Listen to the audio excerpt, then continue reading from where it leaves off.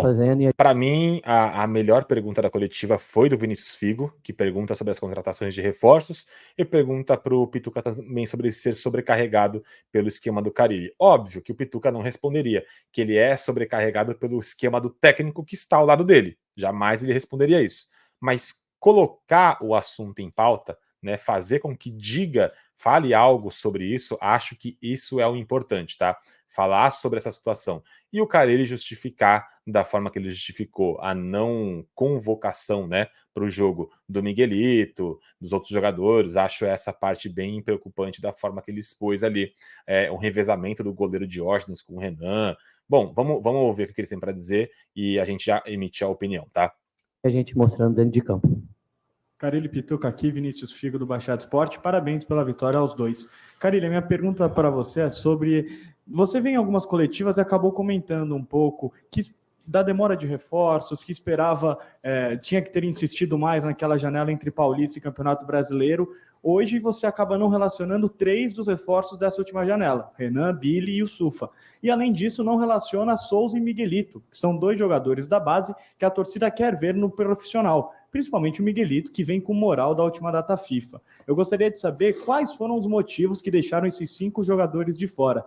E para você, Pituca, o setor de meio de campo do Santos sofre muitas cobranças da torcida. Eles apontam que você e o João Schmidt são sobrecarregados durante o jogo. Você se sente assim na partida? Você vê que além da sua função como aquele segundo volante, você tem que fazer algo a mais nesse time do Peixe? Muito obrigado.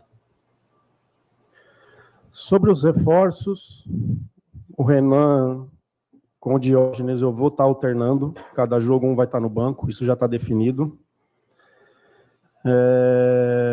Os outros jogadores precisando de uma intensidade maior de trabalho. O Sufa vinha de férias, 2 anos no Catar, que a gente sabe que é um futebol com a intensidade lá embaixo, e aqui está pegando nesse momento, principalmente da Série B.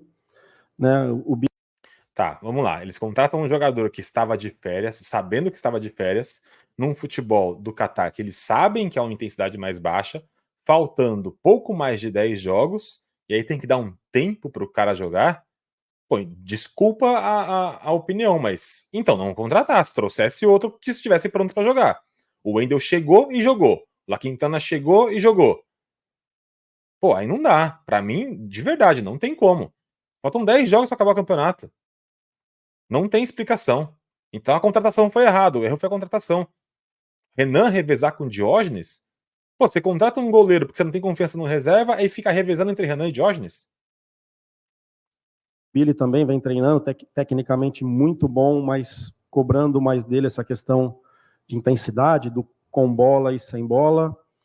Mostra também que, na opinião do Carille, o Billy Arce tem menos intensidade do que Patrick e Serginho. Pô, aí eu que tô preocupado.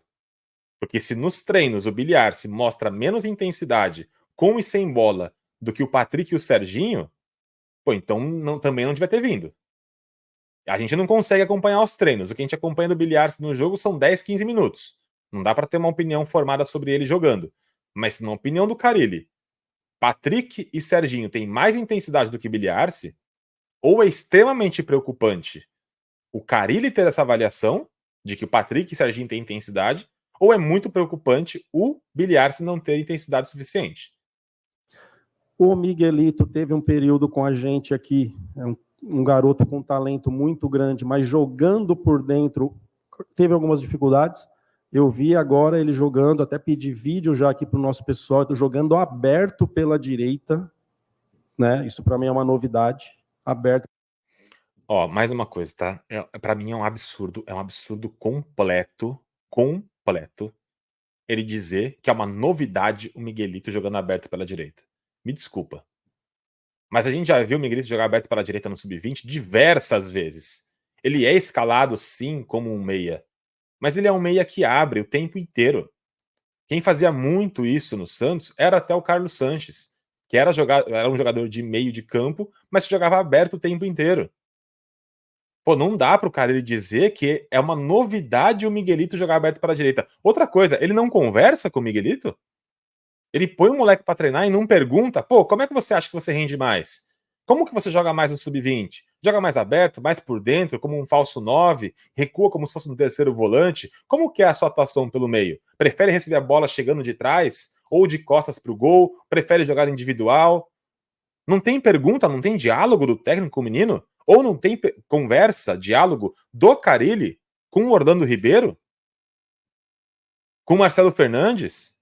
Eles acompanham o Miguelito na base há muitos anos. Não tem diálogo. Como é que pode ser uma novidade?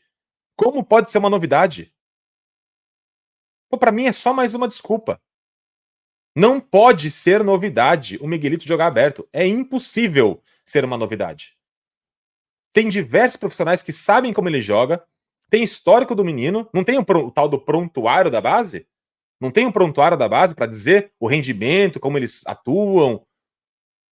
A novidade do Santos, então, era o prontuário da base. Agora não serve mais?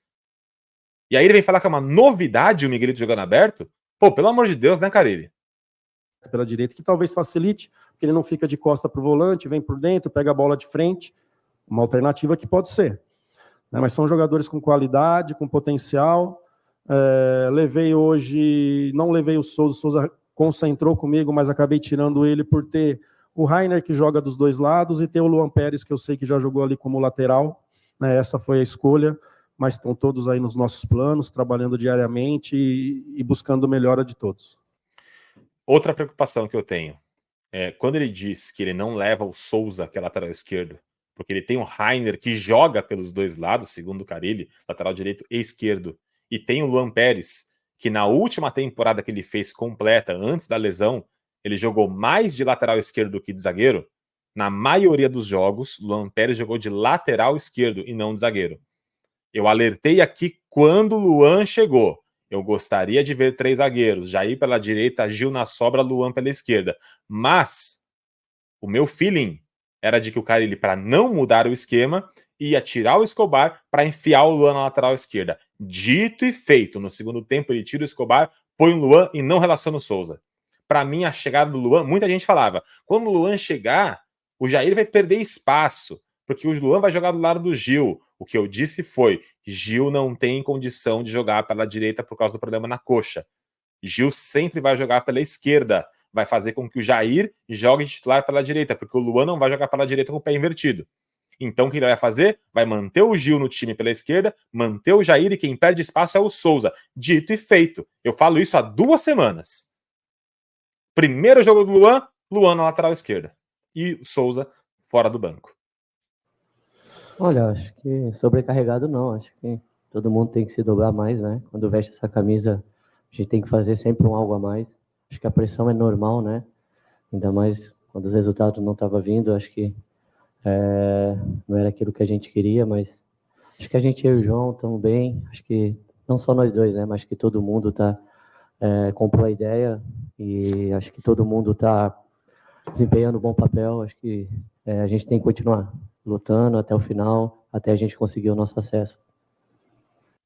E aí, para finalizar, a resposta do Pituca, a resposta bem protocolar, ele ao lado do Carille, e até em uma entrevista só ele jamais falaria que o esquema do técnico dele prejudica o futebol dele. Ele jamais vai fazer isso. Nenhum jogador vai jogar contra o seu próprio trabalho.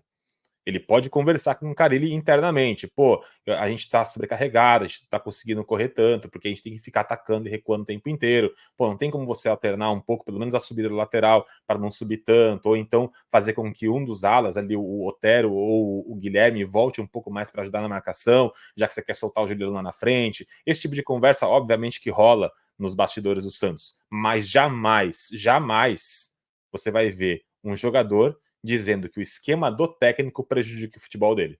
Isso não vai acontecer, a não ser que o ambiente esteja completamente destruído. Caso contrário, você nunca vai ver um jogador emitir essa opinião, principalmente em público.